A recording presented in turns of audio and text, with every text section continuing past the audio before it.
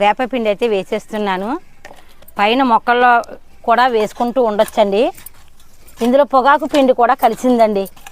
ఇలా కలిపేసి మీరు ఏమీ లేవు అనుకున్న వారు ఇలా ఆవు ఎరువు తెచ్చుకుని ఇంట్లో ఉన్న పాత మట్టిని కలిపి ఇలా మొక్కలను అయితే కలిపేసుకోవచ్చండి. జిగురు మట్టి అయితే మాత్రం కొంచెం ఇసుక ఉండేటట్టు చూసుకోండి. నేను మా తోటలో ఉన్న ఆకులతో చేసిన మట్టి కాబట్టి అండి జిగురు శాతమే ఉండదండి. అస్సలు జిగురు ఉండదు, ఉట్టి ఇసుకలాగే ఉంటుంది. అందుకే మన తోటలో నేను ఇసుక వేయటం చాలా తక్కువ. అందులోని ఇది పాత మట్టి కాబట్టి ఒకసారి ఇసుక వేస్తే మనీ వేయవలసిన పని ఉండదండి. కొత్తగా మొక్కలు పెట్టుకునేవారు మాత్రం కొంచెం ఇసుక వేసుకోండి. ప్రతిరోజు వాకలు తుడిసిన దుమ్ము ఇసుక అదంతా కూడా ఒక గుట్ట కింద పెడతానండి.